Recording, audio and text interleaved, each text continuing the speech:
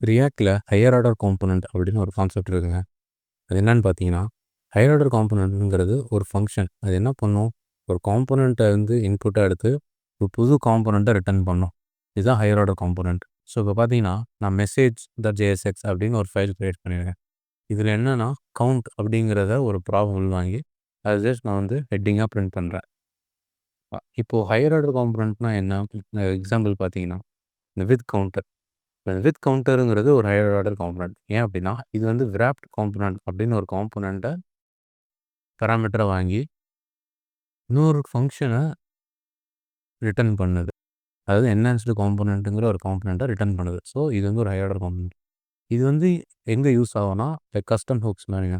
நம்ம மல்டிபிள் இடத்துல இத வந்து யூஸ் பண்ணிக்கலாம். ஸோ ஃபார் எக்ஸாம்பிள் நம்ம வந்து கவுண்ட் ஆட் பண்ணோம் அப்படின்னா, நம்ம வந்து கவுண்ட்டுக்கு ஒரு ஸ்டேட் கிரியேட் பண்ணிட்டு, எந்த காம்போனன்ட்ட உள்வாங்குறோமோ, அந்த காம்போனன்ட்டுக்கு நம்ம அத கவுண்ட் பாராமீட்டரா பாஸ் பண்றோம்.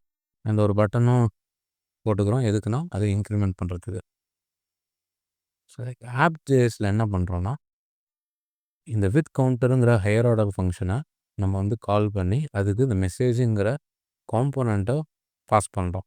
அது என்ன ரிட்டர்ன் பண்ணும்? அந்த என்ஹான்ஸ்டு காம்போனன்ட்னு ஒண்ணு பார்த்தோம்ல. இந்த நியூ காம்போனன்ட்ட ரிட்டர்ன் பண்ணும். அத நம்ம மெசேஜ் வித் கவுண்டர் அப்படின்னு சேவ் பண்ணிக்கிறோம். இப்ப இந்த காம்போனன்ட்ட நான் வந்து ரிட்டர்ன் பண்றேன். எதுல? ஆப் ஃபங்ஷன்ல. ரிட்டர்ன் பண்ணும்போது நமக்கு அவுட்புட் என்னன்னு நீங்க பார்க்கலாம். ஸோ இதான் நம்ம அவுட்புட். ஸோ பார்த்தீங்கன்னா, இந்த கிளிக் 0 டைம்ஸ் அப்படிங்கிறது நம்ம பிரிண்ட் ஆகுது. அண்ட் ஒரு பட்டனும் இருக்கு. கிளிக்ன்ற பட்டன். ஸோ இப்போ இந்த பட்டன் கிளிக் பண்ணும்போது நமக்கு நம்பர் வந்து இன்கிரிமெண்ட் ஆயிட்டே இருக்கு. ஸோ இது ஒரு கவுண்டர் எக்ஸாம்பிள் தான். நீங்க நினைக்கலாம், ஏன் நம்ம ஒரே காம்போனன்ட்லயே இந்த கவுண்டர இம்ப்ளிமெண்ட் பண்ணியிருக்கலாம்ன்னு.